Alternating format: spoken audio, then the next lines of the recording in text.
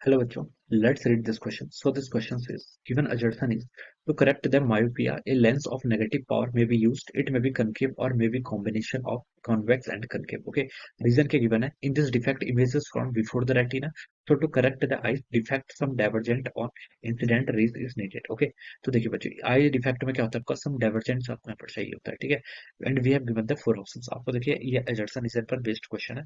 तो देखिए बच्चों, इस क्वेश्चन का की कॉन्सेप्ट आप क्या लिख सकते हैं? The key concept of this question तो क्या मायोपिया लिख सकते हैं, क्या लिख सकते हैं आपका मायोपिया, ठीक है? We can write down the key concept of this question is myopia. Myopia लिख सकते हैं या फिर इसको नियर साइटनेस ही बोलते हैं, ठीक है? मायोपिया में देखिए क्या होता है, जो आपकी डिस्टेंट ऑब्जेक्ट होती है, जो आपकी ऑब्जेक्ट क्या होती है, डिस्टेंट ऑब्जेक्ट, वो हमें क्लियरली नहीं दिखाई देती है, ठीक है? तो हम लिख सकते हैं distant object not clearly so, okay, not clearly so, okay. Distant object आपकी क्या होती है, क्लियरली नहीं दिखाई देती है, और जबकि पास की ऑब्जेक्ट होती है वो हम क्लियरली क्या देख सकते हैं, ओके। तो देखिए बच्चों, इस केस में क्या होता है, जैसे आपकी आईज, आईज क्या होती है, आपकी आईज के अंदर क्या होता है, आपका एक कन्वर्जिंग लेंस होता है, ठीक है? ये क्या आपकी आईज है, ठीक है? अगर कोई रे ऑफ लाइट, देखिए अगर कोई रे ऑफ लाइट की क्या आ रही है, डिस्टेंट से आ रही है, अगर आपकी कोई रे ऑफ लाइट की क्या आ रही है, डिस्टेंस से आ रही है, डिस्टेंस से आ रही है, तो देखिए ऑलमोस्ट क्या है कि पैरेलल आएगी, ठीक है? और ये हमारी देखिए, ये आपकी क्या आ रही है, रे ऑफ लाइट इस तरीके से आ रही है, ठीक है? अब देखिए ये इसकी जो इमेज बनती है, ये मान लीजिए दिस इज एक्सेस, ये क्या आपकी आई का एक्सेस है, ठीक है? तो इमेज देखिए इसकी यहाँ पर बन जाती है, ठीक है?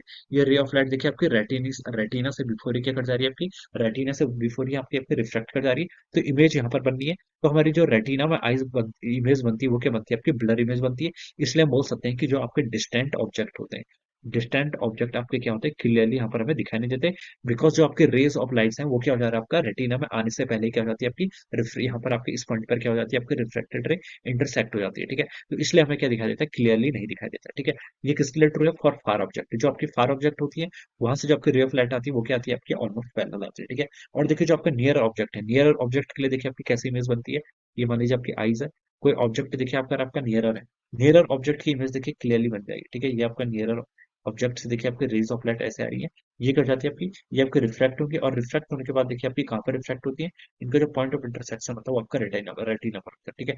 This is a retina.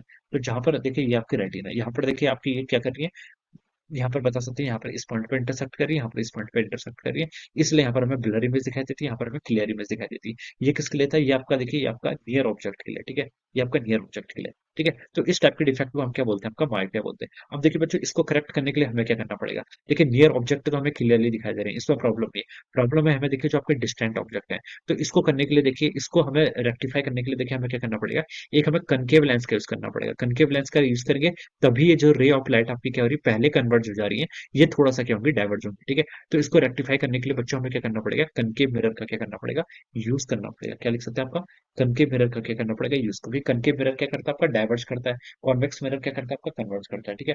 तो rectify this we use concave mirror. और कनकेव मिरर की फोकल लेंथ क्या होती है, आपकी नेगेटिव होती है। फोकल लेंथ नेगेटिव होती है तो हम बता सकते हैं उसकी जो पावर होती है वो भी क्या होती है, आपकी नेगेटिव होती है, ओके? तो ये सब हम यहाँ पर तो बता सकते हैं। अब देखिए बच्चों, ऑप्शंस के करस्पॉन्डिंग मूव करते हैं। अजर्सन में देखिए क्या लिखा है, to correct the myopia a lens of negative power must be used. It may be concave or may be combination of convex and concave. तो ये अजर्सन आपका बिल्कुल करेक्ट है, ठीक है? मायोपिया को करेक्ट करने के लिए देखिए हमें कौन से मिरर यूज करना पड़ेगा, कनकेव मिरर।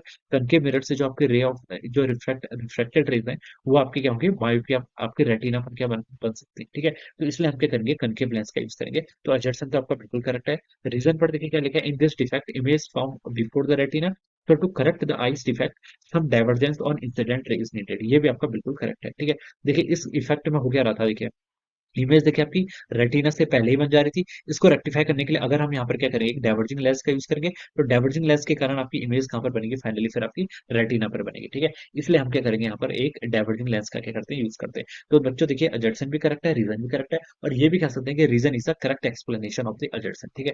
तो इसके करस्पॉन्डिंग देखिए आपका कौन सा ऑप्शन ट्रू हो जाएगा, ऑप्शन वन बच्चों इसके करस्पॉन्डिंग आपका क्या हो जाएगा, ट्रू हो जाएगा। ऑप्शन वन में लिखा है assertion is true, reason is true, and reason is the correct explanation of the assertion. So we can say that option 1 will be the correct answer of this question. Okay, option 1 is correct answer of this question. So I hope you all understood this concept. All the best and thank you so much.